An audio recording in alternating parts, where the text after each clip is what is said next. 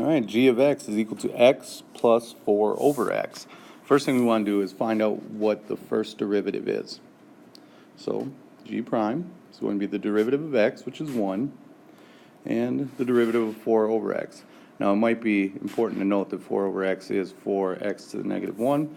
Then we could just use that power rule and get negative 4x to the negative 2. Cleaning that up a bit, that's 1 minus 4 over x squared.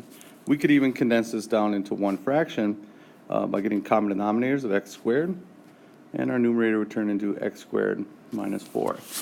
I like this simplified version of it best because in the next part we're asked to find the critical numbers.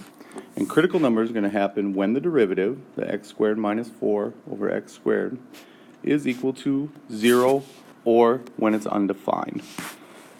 If x squared minus 4 over x squared is equal to 0, that means the numerator, x squared minus 4, is equal to 0.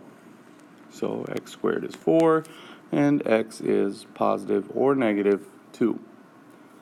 We also have to check when is our fraction undefined. And that's going to happen when the denominator, x squared, is equal to 0, or x is equal to 0. And those give us our three critical numbers.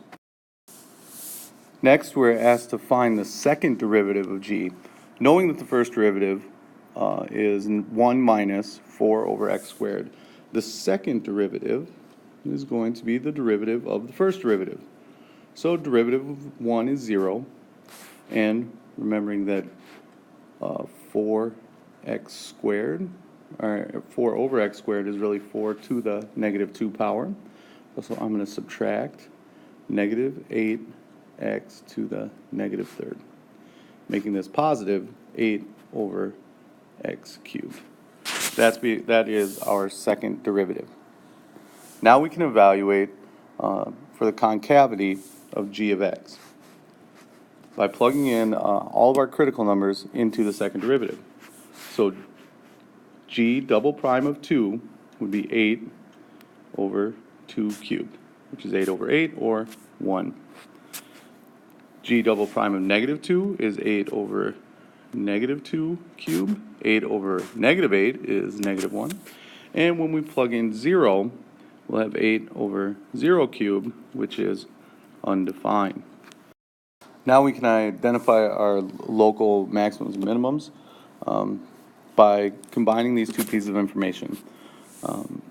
The second derivative is talking about concavity, and when the second derivative is positive, that means our curve is concave up. And since x equals negative 2 is a critical point, that means it's at the bottom of this curve, meaning x equals 2 is a local minimum. When that second derivative is negative, that means that the curve is going to be concave down, and since negative 2 is a critical number, that means it's up the point that's at the top of the curve, making x equals 2 is a local maximum.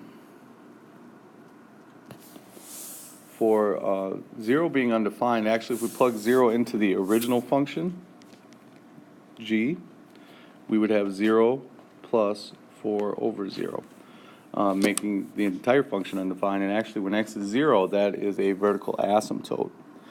So that's why we won't have any global maximums or minimums, because this graph is going to extend all the way down and all the way up like this.